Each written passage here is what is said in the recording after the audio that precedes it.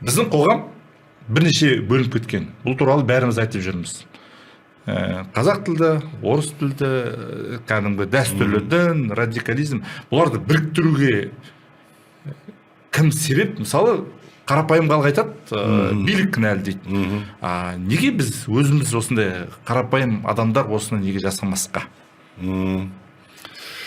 Қарапайым адамдарға бұл жерде қиын жасау бірдеңе. Өйткені шынымен кәдімгі мен айтып отырмын ғой, егер қазақтардың жалпы бүкіл ұлттардың басын біріктіре алатын біздің елде бір ғана идея бар. Ол бір ғана нәрсе, ол өзіміздің ана тіліміз, ол қазақ тілі. Неге біздің өзі қара көздер өз тілімізде сөйлемейді? Сіз сол ортада жүрсіз ғой көбінесе. Иә, мен білем, өйткені көбі мысалға кәдімгідей жүркен еді өзінің ана тілінен, менсінбейді. Ол да сол әлгі бірнеше жылдар жасаған қастандығы Ресей империясының. Мысалы қарап отырсаңыздар, Ресейдің ішінде якуттардың уже аттары, жөндері бәрі орыс тілді. Басқа да халықтар бар, буряттар бар деген сияқты. Олар уже өз-өзін якут демейді, өзінің тілінен жіркенеді. Мен ойлаймын, тағы да бір 50 жыл мынау совет үкіметі, совет дәуірі болса, біздің елімізде де, біздің немелеріміздің де аттары Петр Иван болып кетер еді деп ойлаймын.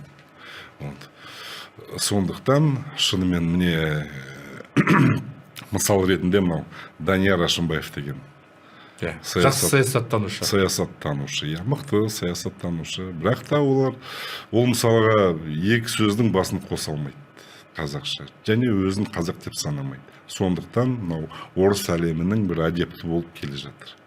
Орыс, өйткені мысалы ол өзінің болашағын ойлайды. Мен болашақта мынау қазақландырып жатқан ортада кіммін? Ешкім емес ол. Оның мысалға әлгі сараптамалар ешкімге бір қазақтың баласына керек емес. Сондықтан өзінің орнын білмей, өзінің орнын таба алмай, осы біздің ортамызда әрине орыс әлемін аңсайды деген сияқты. Сондықтан бұл жерде кәдімгідей бір үлкен бағдарлама керек. Жаңа айтты ғой, мемлекет кінәлі, үкімет кінәлі. Әрине, үкімет кінәлі.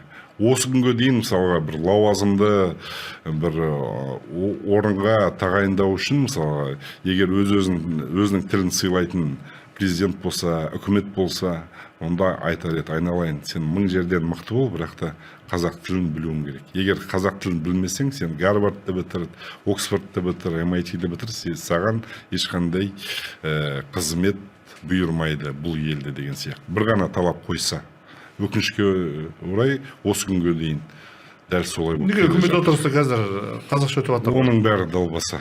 Жай өзінсін көрсетеді, сәлеметсіз бе деп сөйлеген Исмаиловтың. Ары қарай бізге ештеңені көрсетпейді. Бүгін біздің талқылайтын мәселеміз осындай деген сияқты. Ол Алихан да мысалға қазақшасы соншалықты керемет емес. Ондай азаматтарды қоюға болмайды сондай лауазымға. Бұл ұзаққа бара ма?